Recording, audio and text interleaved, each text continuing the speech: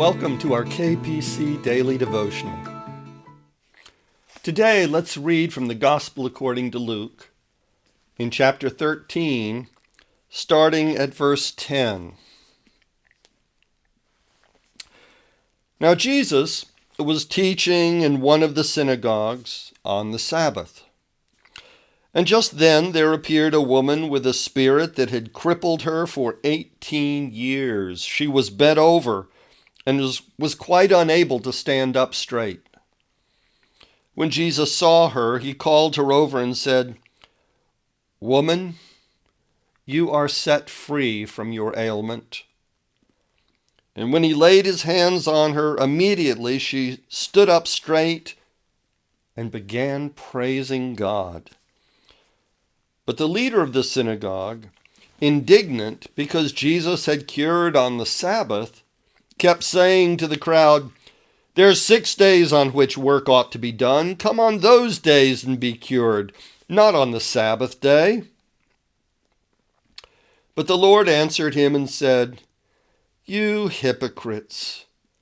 Does not each of you on the Sabbath untie his ox or his donkey from the manger and lead it away to give it water? And ought not this woman, a daughter of Abraham whom Satan bound for 18 long years, be set free from this bondage on the Sabbath day?" When he said this, all of his opponents were put to shame, and the entire crowd was rejoicing at all the wonderful things that he was doing.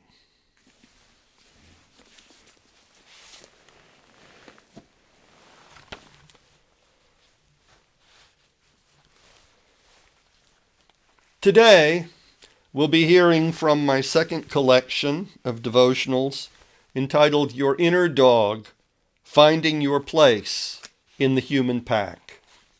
And for today, the human difference. The human difference. It was a little lop-eared rabbit, a female.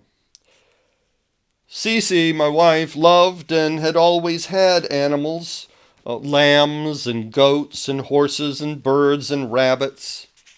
Lop-eared rabbits were her favorite, with their soft fur and slightly sad, droopy appearance. What she didn't know when she brought it home was that it was pregnant and soon struggled to give birth to her litter. But it all went wrong. The first 2 were stillborn. Cece took her to the veterinarian, who found there were 2 more yet to be born, but assured her they would be expelled in time, naturally, and sent her home. Wrong. Too ill and tired, the mother became lethargic. The rabbit was dying. Cece made a warm nest with a blanket and lay her little rabbit in it. Then she called Gracie, her black and tan terrier, a rescue dog with unpredictable temperament and neurotic bent. But Gracie sensed what was happening, so she curled around the bunny to keep her warm and licked her face and ears to comfort her. Gracie cared for that rabbit for hours until she died. There was a time we thought humans alone were capable of compassion. It was the quality that distinguished us from the animals. Now, while not all animals are compassionate, humans who tend, who train, who watch animals regularly find regular occurrences of real compassion and remarkable caring. Animals that care for the orphaned young of other species, or the dog that fell into a Florida canal and was unable to climb the seawall, and near drowning, it was supported on the backs of dolphins until it could be rescued. But why are we surprised? Compassion and caring are located in the pack center and the brainstem, the most developed part of a dog's and porpoise's brain. The notion that dogs are incapable of love or empathy or grief was mostly based on the different physiology of their eyes. Their tear ducts are so built that they do not cry. So what? My Schnauzer Cullen grieved deeply over losing his playmate Maud. He looked for her, moped, had no appetite for several days. His big brother Braxton comes to fetch me on occasion to care for baby birds that have fallen out of their nest. A dog will fight, even give his or her life for other pack members, especially for the young. They process it in different ways, but dogs share most of the same selfless social drives and instincts that humans have. So what makes humans different, distinctive, higher than other animals? Well, whatever it is, it must reside in our frontal lobe, that is, that part of the brain uniquely overdeveloped and underutilized in our species.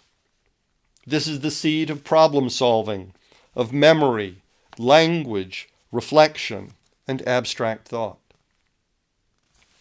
Most obviously, humans can make stuff. We can analyze problems, invent solutions, manipulate materials into gadgets.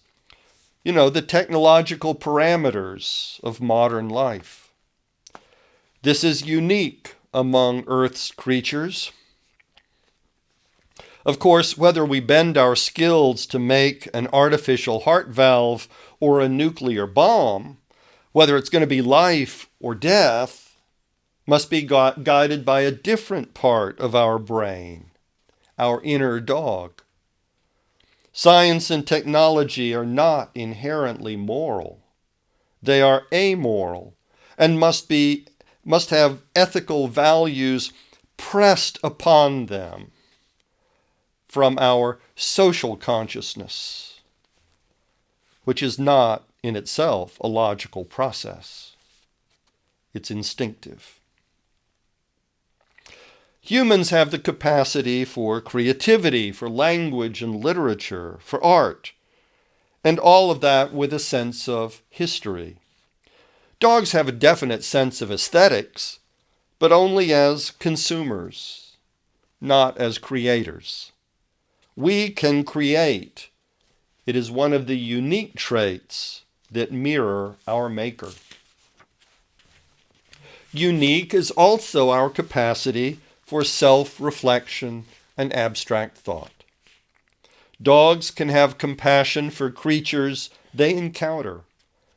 Only humans can have compassion for those they do not halfway around the world. Dogs will sacrifice for their little pack. Only humans can identify with and sacrifice for something conceptually much larger, like one's nation, or like principles of freedom or justice. Dogs think locally. Only humans can think globally. Dogs are loyal to their pack. Only humans can be loyal to their planet.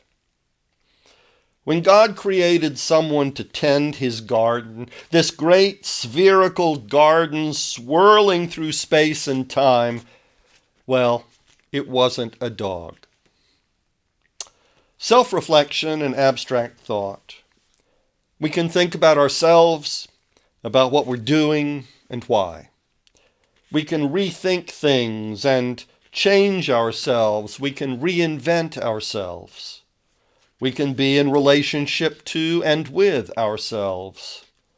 And we can, through abstract imagination, see, so to speak, what cannot be seen, and we can envision an invisible God. Dogs can know God when he is palpably near. I've seen it. They grow quiet and calm and contented. Humans can know God when he is not near. At least, not tangibly and sensibly near, when you can't feel that he is near. Still, we can know it. This is one of the most distinctively, uniquely human capacities that we possess. So Gracie can curl up in a blanket to soothe a sick rabbit. You can curl up in the hand of the unseeable God to soothe and heal a sick world. And this little human brain of mine can't think of any higher purpose than that. I wish you a blessed day ahead. Goodbye.